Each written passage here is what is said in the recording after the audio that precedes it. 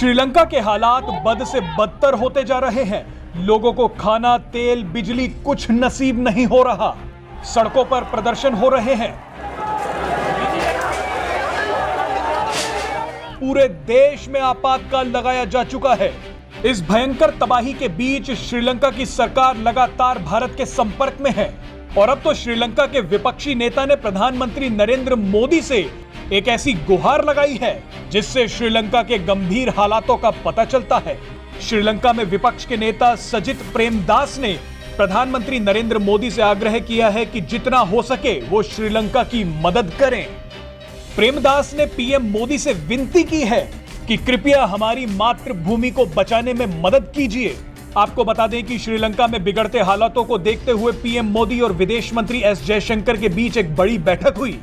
इस बैठक में श्रीलंका के साथ साथ भारत के कुछ और पड़ोसी देशों में चल रही राजनीतिक उथल-पुथल पर भी चर्चा हुई। हाल ही में श्रीलंका की यात्रा से वापस लौटे भारत के विदेश मंत्री एस जयशंकर ने प्रधानमंत्री मोदी को पूरे घटनाक्रम से अवगत कराया। भारत ने अब श्रीलंका को बचाने के लिए कमर कस ली है। भारत ने कुछ ऐसे बड़े कदम उठाए हैं जिससे श्रीलंका को चीन के चंगुल से बचाया जा सके। आपको याद दिला दें कि श्रीलंका की इस हालत के पीछे सबसे बड़ा हाथ तो चीन का ही है। इस समय भारत के लिए श्रीलंका में दो चुनौतियां सबसे बड़ी हैं। पहली ये कि श्रीलंका में चीन के विस्तार को रोका जाए और दूसरी चुनौती ये है कि श्रीलंका की बर्बाद हो चुकी अर्थव्यवस्था को जल्द ही जल्द पटरी पर वापस लाया जा सके।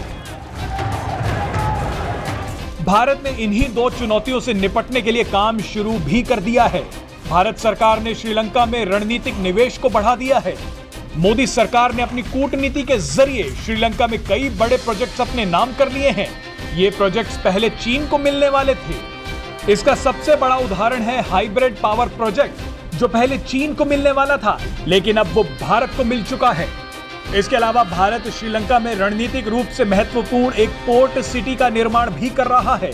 आपको जानकारी दे दें कि भारत द्वारा बनाई जा रही ये पोर्ट सिटी श्रीलंका के हम्बनटोटा बंदरगाह के पास है, जिसे चीन ने हथिया रखा है। श्रीलंका में भारत पर्यटन, रियल एस्टेट, वस्तु निर्माण, संचार और पेट्रोलियम जैसे क्षेत्रों में भी निवेश कर रहा है। ये तो बात हुई रणनीतिक निवेश की। आपको जानकारी दे दें कि भारत श्रीलंका की अर्थव्यवस्था को भी मजबूत करना चाहता है। इसके लिए भारत ने सबसे पहले तो श्रीलंका को अनाज और तेल भेजा ताकि बिगड़ती हुई स्थिति को थोड़ा संभाला जा सके। भारत ने श्रीलंका को ईंधन, भोजन और दवाओं की खरीद के लिए 1.5 अरब डॉलर से अधिक की वित्तीय सहायता दी है। भारत चाहता है कि जल्द से जल्द श्रीलंका में हालात सामान्य हो जाएं और उसकी चीन पर निर्भरता कम हो जाए। भारत ये जानता है कि अगर पड़ोस में सब कुछ ठीक चल रहा है तो अपने घर में भी शांति बनी रहती है, और अगर पड़ोस में अशांति और अनिश्चितता का माहौल हो तो घर में भी चिंताएं बढ़ जाती हैं। Presenting B News app, available on Google Play and App Store. Download it now.